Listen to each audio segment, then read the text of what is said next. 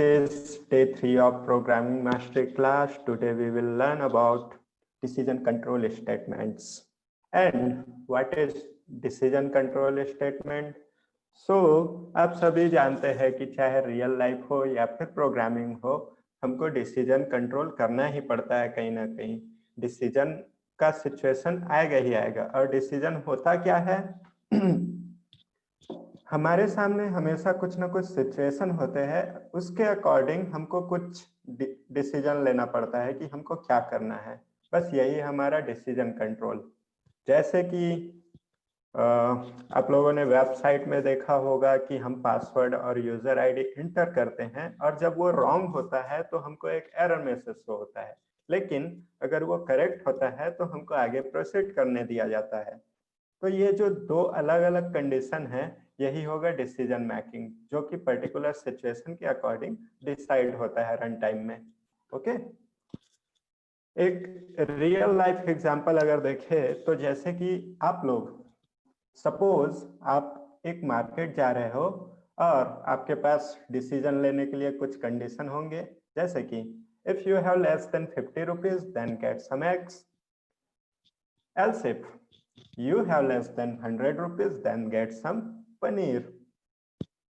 अगर वो भी नहीं है, मतलब कि 50 रुपीज से कम नहीं है, 100 रुपीज से कम नहीं है, देन एल्स में क्या आएगा? उससे ज्यादा ही आएगा, क्योंकि 50 रुपीज से कम में जीरो भी तो होता है ना। सो एल्स गेट सम चिकन। तो इस तरह से हम कंडीशंस लगातार लिख सकते हैं अलग अलग डिसीजंस के लिए। तो सेम चीज को हम अपने प्रोग्रामिंग में कैसे यूज करेंगे, उसके लिए हमारे पास डिसीजन कंट्रोल स्टेटमेंट्स है, जैसे कि if statement, if else, else if and switch case. Okay, तो इफ एंड इफ एल्स नाम से ही समझ में आता है कि अगर हमारा ये स्टेटमेंट ट्रू हुआ, मतलब कोई एक्सप्रेशन एग्जीक्यूट कर सकते हैं उसके बाद, अगर वो फॉल्स हुआ तो फिर वो इफ एल्स में आएगा। मतलब कि उसके बाद क्या, अगर वो फॉल्स है तो इफ एल्स में, अगर ये भी फॉल्स है मतलब कि फाइनली वो आना चाहिए एल्स में, राइट। अब चलते हैं नेक्स्ट। जैसे कि हमने देखा हमारा फर्स्ट एग्जांपल, जो कि रियल लाइफ एग्जांपल था, कि अगर हमारे पास 50 रुपीज से कम है तो हमको गेट सम एक्स लाना है, मतलब एक्स लाना है। तो इसको हम प्रोग्राम में कन्वर्ट करते हैं सेम तरीके से। और इफ स्टेटमेंट क्या करेगा, एक कंडीशन चेक करेगा इस तरह से, जैसे कि आप लोग सिंटैक्स देख पा रहे हो, इफ देन कंडीशन। अगर ये कंडीशन ट्रू होता है तो हमारा ये स्टेटमेंट एग्जीक्यूट होगा, अगर ट्रू नहीं होगा तो वो एग्जीक्यूट होगा ही नहीं, राइट। सो जो प्रोग्राम यहाँ पे आप लोगों को दिख रहा है, सेम प्रोग्राम हम लोग ट्राई करते हैं एग्जीक्यूट करने का।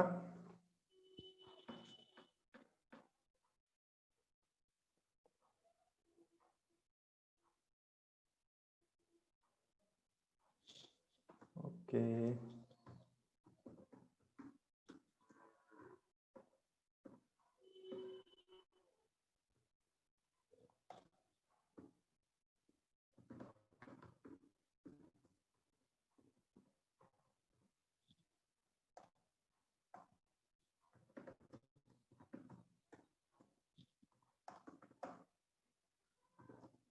हमको क्या चाहिए? सबसे पहले यूजर इनपुट चाहिए कि यूजर के पास कितने रुपये है, राइट। तो हम यहाँ पे लिखते हैं, एक वेरिएबल बनाए यूजर इनपुट, और हम यूजर से पूछेंगे उनके पास कितना है। Print f then ask to user how many rupees you have. Okay, scan करेंगे सेम चीज।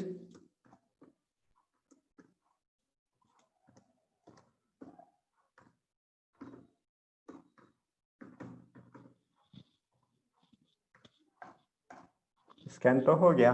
अब हम चेक करते हैं, पहला कंडीशन क्या था हमारा, कि जो यूजर इनपुट है वो 50 से कम है क्या, राइट। अगर कम है देन हम क्या करेंगे, ये डिसीजन लेंगे कि गेट सम एक्स। ओके, चलो प्रोग्राम को सेव करते हैं।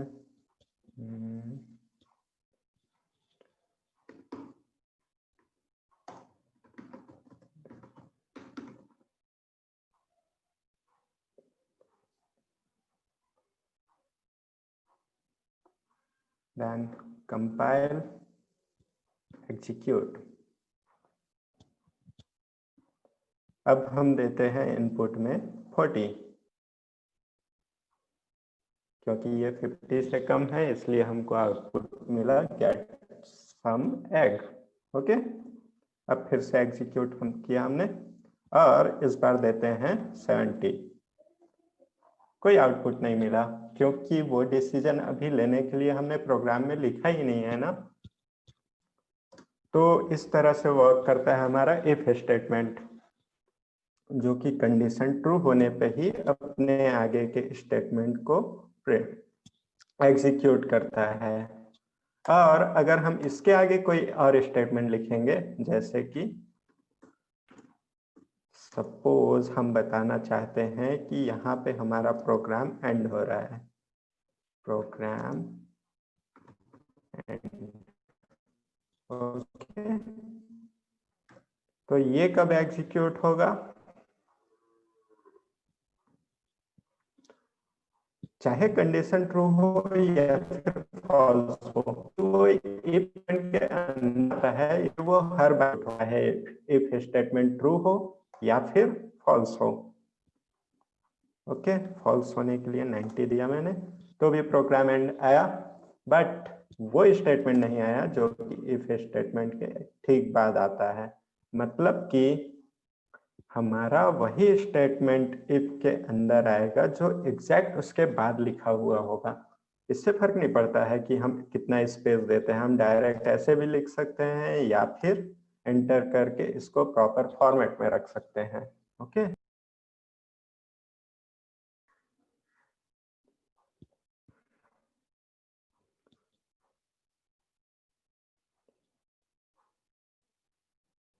तो ये था इफ स्टेटमेंट का एग्जांपल। अब हम देखते हैं इफ एल्स का स्टेटमेंट, मतलब कि एल्स इफ का। ये क्या होगा, जैसे ही हमारा इफ कंडीशन रॉन्ग होता है तब हमको क्या डिसीजन लेना है ये बताया जाता है। अगर वो रॉन्ग है लेकिन हमारे पास कुछ और कंडीशन है तो हम इसके एल्स इफ के यूज से लिख सकते हैं सेम चीजें। ओके, जैसे कि अगर हमारा 50 लेस देन 50 रुपीज वाला कंडीशन रॉन्ग होगा तो हमको क्या लिखना था, लेस देन 100 रुपीज। सो इस तरह से एल्स में चेक है, इनपुट लेस देन इज है, अगर वो 100 फिर हम करेंगे गेट सम पनीर, राइट। तो इसका भी सिंटेक्स वही है, कंडीशन, उसके बाद आएगा वो स्टेटमेंट जो हमको उस कंडीशन के ट्रू होने पे एग्जीक्यूट करनी है। ओके, और एल्स इफ जो है वो इफ के बिना कभी भी नहीं लिखा जाता, क्योंकि अगर इफ होगा तभी हम उसका दूसरा कंडीशन लिख पाएंगे, एल्स इफ। अब चलते हैं नेक्स्ट स्टेटमेंट पे, वो है एल्स स्टेटमेंट। एल्स स्टेटमेंट क्या करता है, अगर हमारे पास जितने भी दिए हुए सिचुएशन फॉल्स हो रहे हैं और हम चाहते हैं कि सभी के फॉल्स होने पे हम एक ऐसा कंडीशन लिखें जो एग्जीक्यूट होना चाहिए अगर सारे कंडीशन फॉल्स है तो हम इस तरह से एल्स में लिख सकते हैं। एल्स में हम बिना कोई कंडीशन दिए लिखते हैं और एल्स हमेशा इफ एल्स इफ के बाद लिखा जाता है लास्ट में, क्योंकि उसमें कोई कंडीशन ही नहीं होता है। अगर इन तीनों स्टेटमेंट्स, तीनों कंडीशन में से अगर इफ ट्रू हुआ मतलब हमारा ये वाला लाइन एग्जीक्यूट होगा और आगे की चीजें चेक नहीं होगी। लेकिन अगर ये फॉल्स हुआ तभी यहाँ पे आकर के एग्जीक्यूशन में दूसरा कंडीशन मतलब एल्स इफ वाला कंडीशन चेक होगा, और अगर ये भी फॉल्स होता है तब आएगा इसका एग्जीक्यूशन, और यहाँ पे बिना कुछ चेक किए इसको एग्जीक्यूट किया जाएगा। ओके, तो इफ एंड एल्स स्टेटमेंट सबको क्लियर है?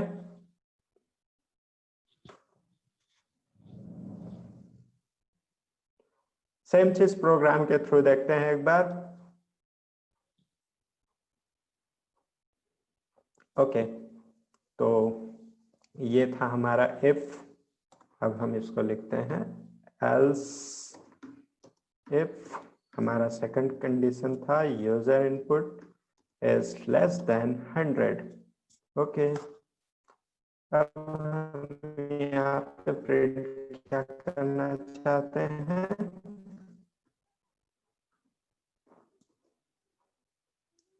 Get some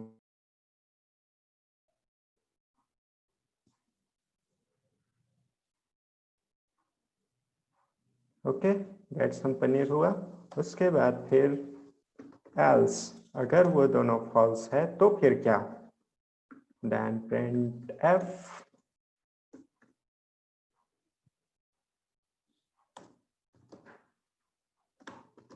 gate some chicken. Okay, चलो ट्राई करते हैं एग्जीक्यूट करने का। ओके, स्क्रीन शो नहीं हो रहा है किसी को, फिर से ट्राई करता हूं मैं।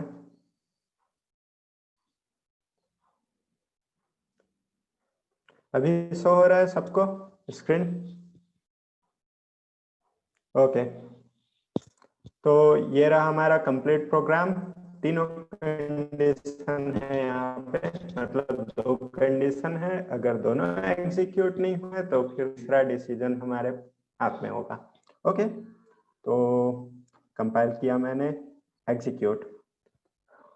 अब प्रोग्राम पूछ रहा है how many rupees you have, suppose I have 200 rupees, then get some program end. Okay, मतलब कि 200 ना तो इस कंडीशन को ट्रू करता है ना ही सेकंड को ट्रू करता है, इसलिए हमारा एग्जीक्यूट होगा थर्ड कंडीशन। देन लास्ट तो हर बार होना है। ओके, तो रहना सभी को टाइप। अगर किसी को डाउट है तो पूछ सकते हो अभी।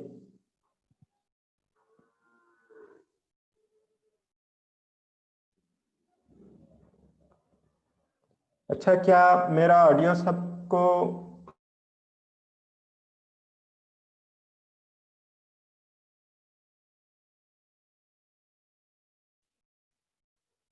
ओके? ओके, ब्रेक हो रहा है मतलब बीच बीच में।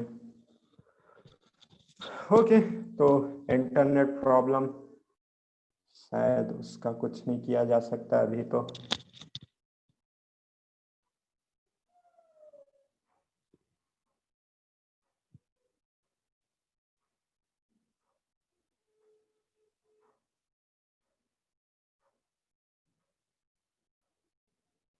अच्छा, अभी सबको स्क्रीन दिख रहा है और ऑडियो क्लियर है?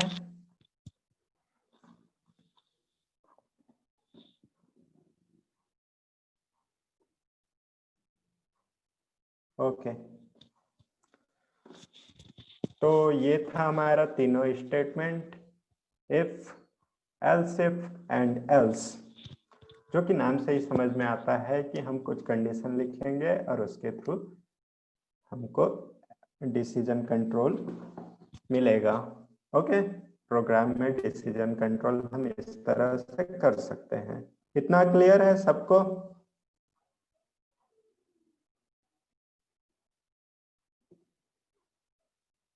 ओके,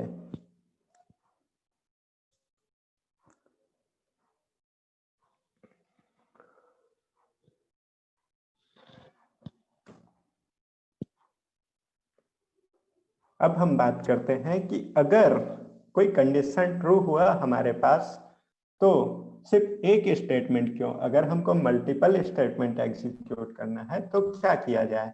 तो उसको हम कहते हैं कंपाउंड स्टेटमेंट। कंपाउंड स्टेटमेंट क्या होता है? बस एक ब्लॉक होता है कोड का जो कि एक सिंगल स्टेटमेंट की तरह इफ या फिर लूप के साथ यूज होता है। तो अगर हम इफ स्टेटमेंट लिखते हैं और उसके अंदर हम मल्टीपल लाइंस एग्जीक्यूट करना चाहते हैं तो फिर हम सबसे पहले उसको कंपाउंड स्टेटमेंट में रखेंगे, जैसे कि ये कर्ली ब्रेसेस में लिखा हुआ है, स्टेटमेंट 1, स्टेटमेंट 2, स्टेटमेंट जितना भी हम चाहें। ओके, अभी ये क्लियर है? तो जैसे कि हम सेम प्रोग्राम में एक छोटा सा कंपाउंड स्टेटमेंट बनाते हैं और चेक करते हैं कि ये कैसे वर्क करेगा। सपोज हम फर्स्ट वाले का एक कंपाउंड स्टेटमेंट लिखते हैं। इसके लिए हम बस कर्ली ब्रेसेस बनाएंगे और यहाँ पे लिखेंगे हम multiple lines. Okay,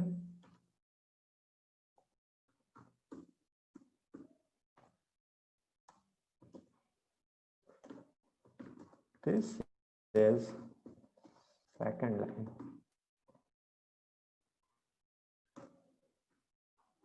okay, save किया, कंपाइल एंड एग्जीक्यूट।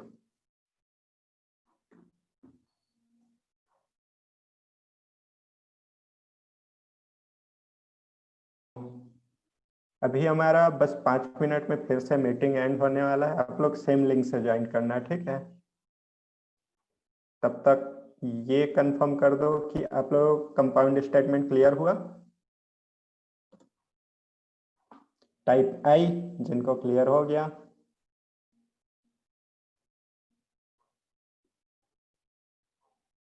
आकाश को नहीं हुआ। ओके ओके आकाश, तो कंपाउंड स्टेटमेंट क्या है ना, अगर हम एक कंडीशन लिखते हैं और उस कंडीशन में कुछ एग्जीक्यूशन चाहते हैं। ओके ओके ओके, एक्सप्लेन कर रहा हूं मैं, कुछ लोगों को नहीं हुआ है। हाँ, तो अगर हम कोई कंडीशन लिख रहे हैं ना, तो अभी तक हमने देखा कि इफ स्टेटमेंट में एक ही लाइन लिख रहे हैं, ठीक है? लेकिन सपोज अगर हमारे पास लेस देन 50 रुपीज है तो सिर्फ गेट सम एक्स क्यों? कुछ और कंडीशन हो सकते हैं कि get some pens, get some tomato, right? तो वो जो मल्टीपल कंडीशन है ना, मल्टीपल एग्जीक्यूशन है, उन सभी को देने के लिए हम कंपाउंड स्टेटमेंट का यूज करेंगे।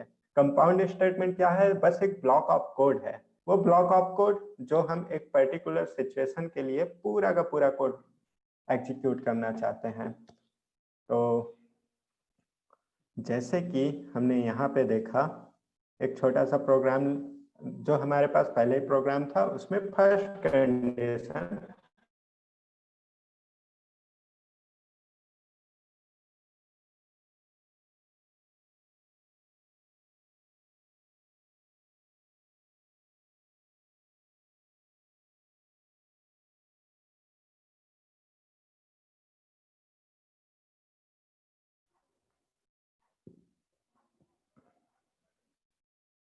देखो, अब इफ स्टेटमेंट जो था वो सिर्फ एक कंडीशन के साथ कंडीशन चेक करेगा, फिर कंडीशन के बाद हमको एग्जीक्यूट क्या करना है?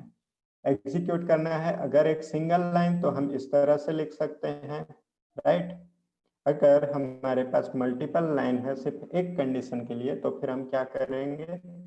कंपाउंड स्टेटमेंट का यूज करेंगे। कंपाउंड स्टेटमेंट मतलब कि इस तरह से हम एक ब्लॉक लिखेंगे पूरा कोड का, और वो ब्लॉक तभी एग्जीक्यूट होगा जब ये एंट्री कंडीशन उसका ट्रू होगा।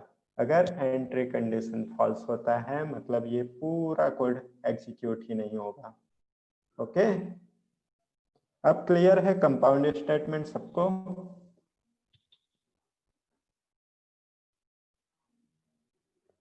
ओके, आकाश को क्लियर है?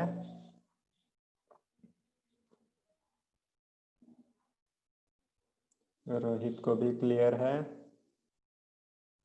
और स्मृति? ओके ओके, सबको क्लियर है अब, good.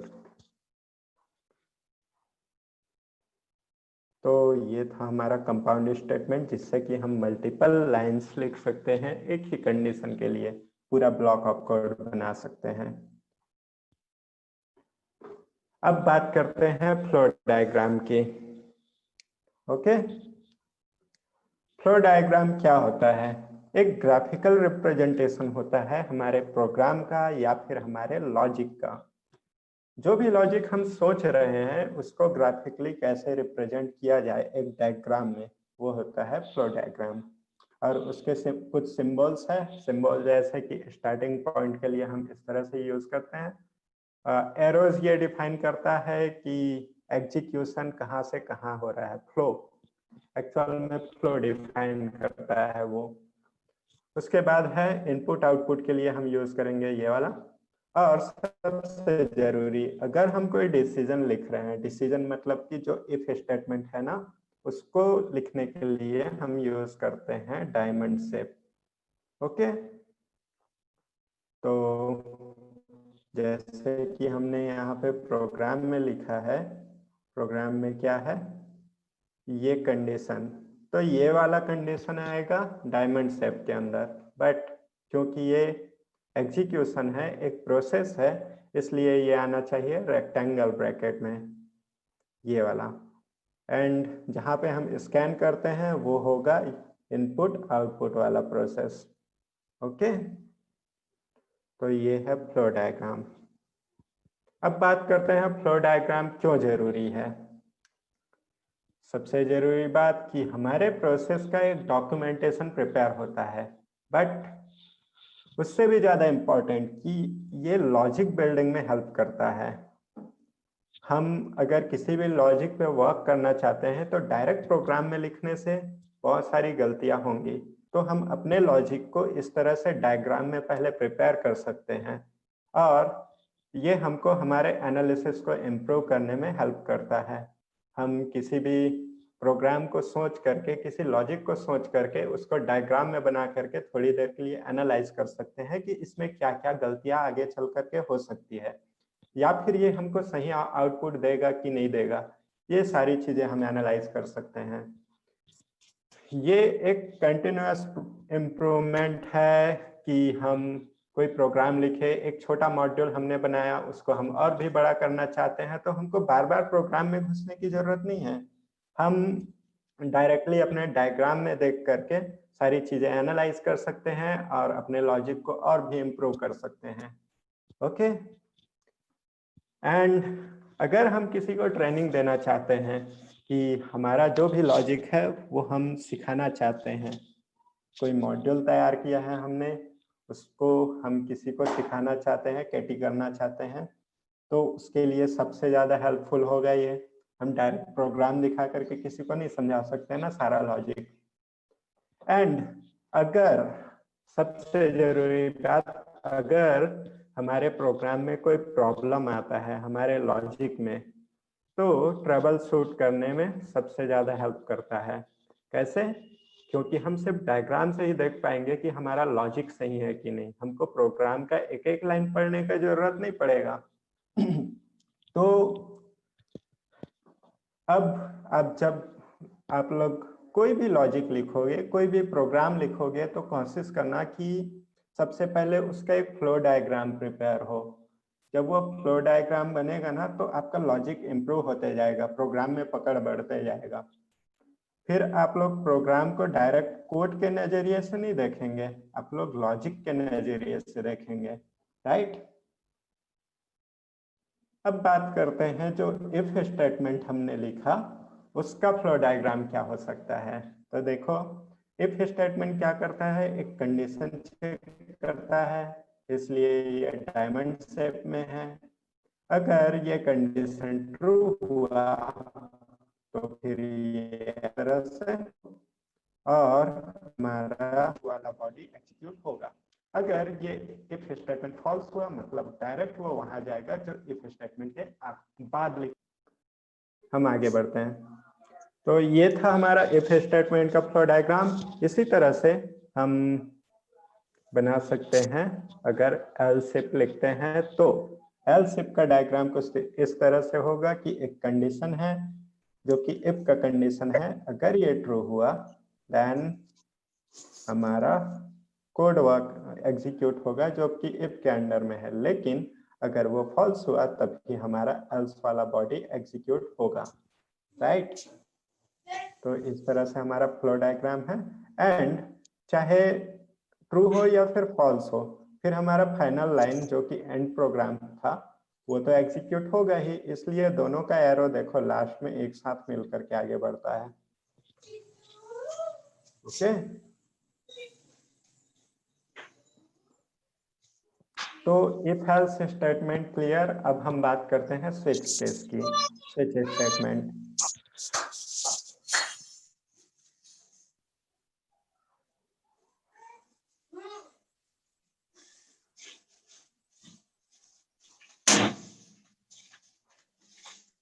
Just a second.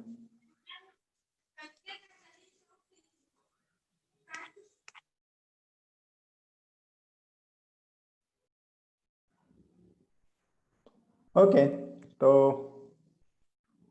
Switch statement क्या होता है? ये हमको multiple blocks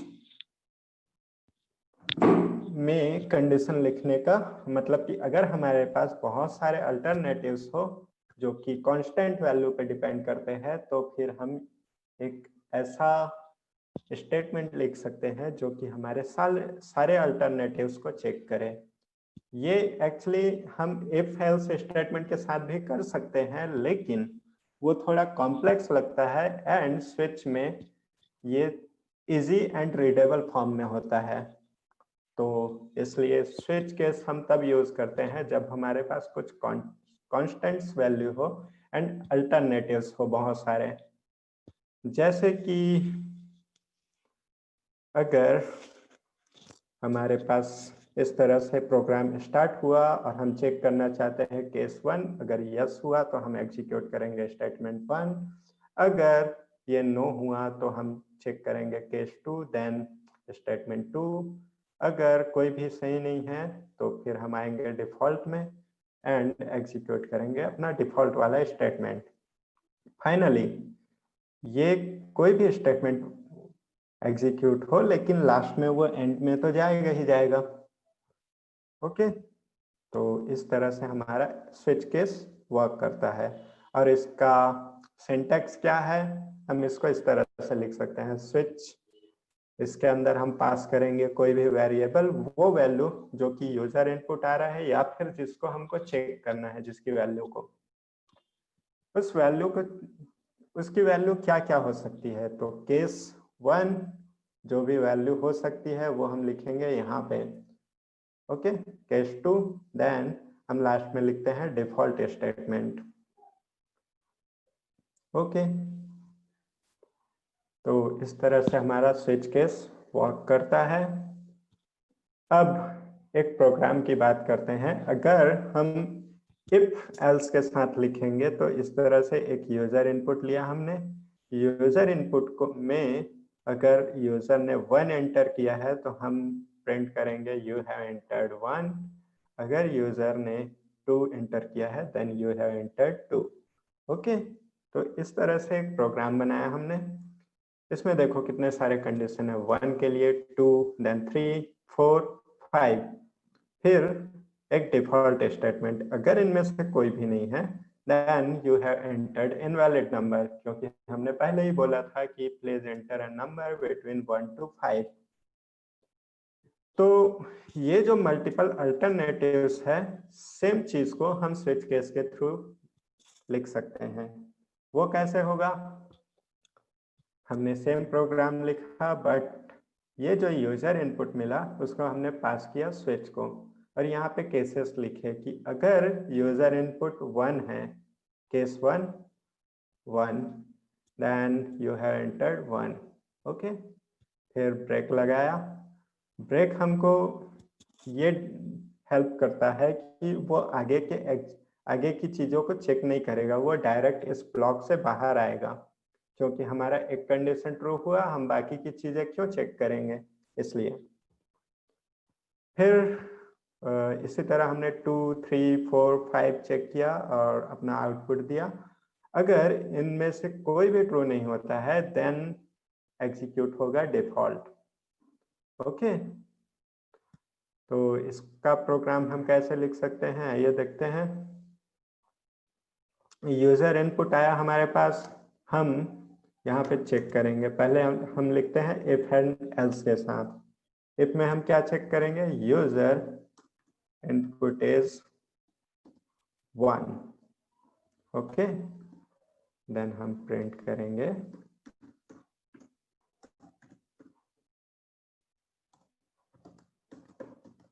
you have entered 1।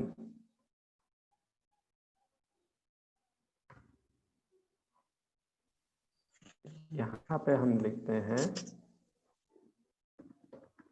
Please enter 1, 2, please enter a number between 1 to 5।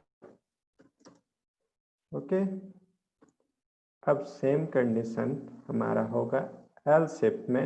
Else if में हम क्या लिखने वाले हैं कि अगर ये 2 हुआ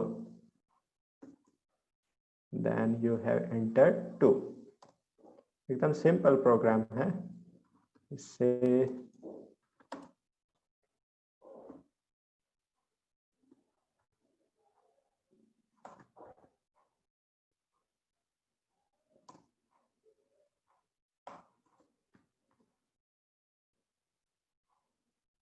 ये है 3 के लिए, 4 एंड 5।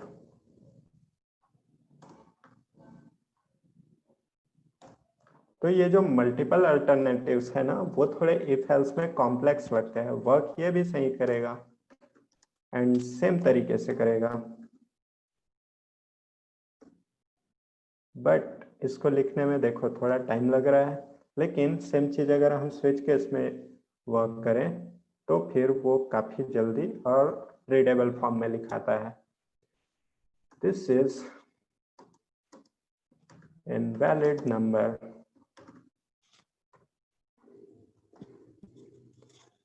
Compile and execute. अब मैं देता हूं user input 4, you have entered 4, right. फिर से एग्जीक्यूट किया मैंने। अब देता हूं 8, दिस इज इनवैलिड नंबर। तो प्रोग्राम सही वर्क कर रहा है। अब हम सेम प्रोग्राम को लिखते हैं। आप लोगों को याद है ना कि ये मैंने इसको कमेंट किया। जो कमेंटेड कोड होता है उसको कंपाइलर चेक नहीं करता और ना ही वो एग्जीक्यूट होता है। तो ये सारा कोड मैंने कमेंट कर दिया। अब सेम चीज मैं लिखता हूँ स्विच के साथ। स्विच लिखा, स्विच में मैं क्या पास करूंगा, यूजर इनपुट। यूजर इनपुट पास करने के बाद मेरे पास डिफरेंट केसेस है। जैसे कि यूजर इनपुट की वैल्यू हो सकती है 1, तो मैंने लिखा 1। और इसके लिए फिर कौन सा स्टेटमेंट एग्जीक्यूट होगा, तो printf and this line you have entered 1। फिर लिखेंगे हम ब्रेक,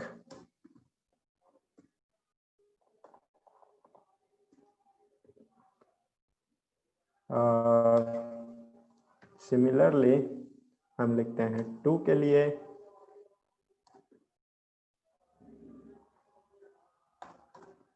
3,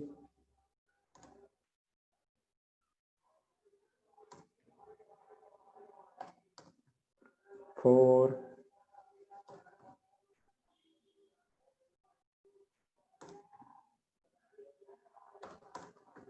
एंड 5।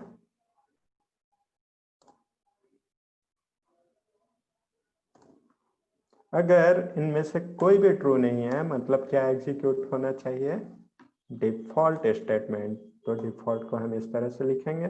डिफॉल्ट स्टेटमेंट क्या था हमारा, दिस इज इनवैलिड नंबर।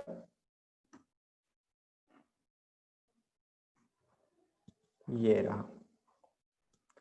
तो सेम प्रोग्राम जो हमने इफ एल्स के साथ लिखा था वो है अब स्विच के साथ। सेव किया, कंपाइल एंड एग्जीक्यूट। अब हम ट्राई करते हैं फिर से 4। You have entered 4। अब फिर से एग्जीक्यूट किया, अब देते हैं 9। This is invalid number. तो ये प्रोग्राम और स्विच केस का यूज सबको समझ में आया? टाइप वाई जिनको समझ में नहीं आया टाइप एन। ओके, रंजित को आ गया, स्मृति को आ गया, मनीष को भी आ गया,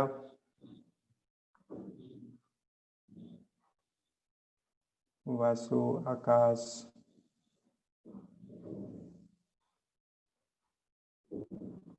रोहित। ओके, गुड गुड, सबको आ गया ऑलमोस्ट। तो ये था हमारा स्विच केस स्टेटमेंट।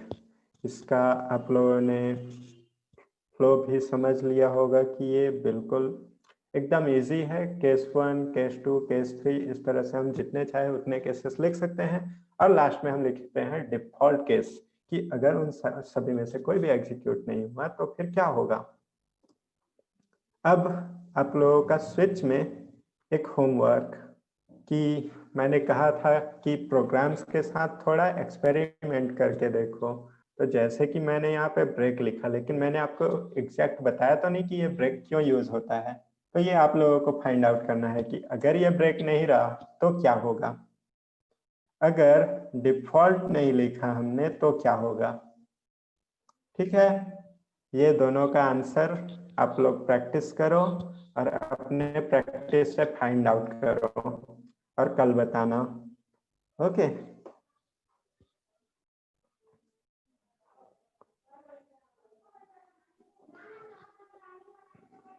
तो अब चलते हैं हम आगे।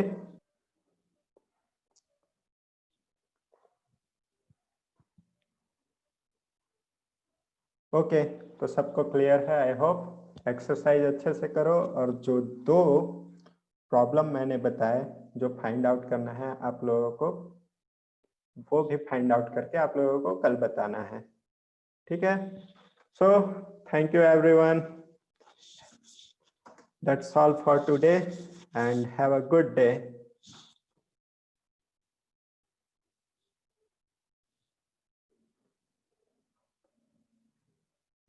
Okay, bye everyone.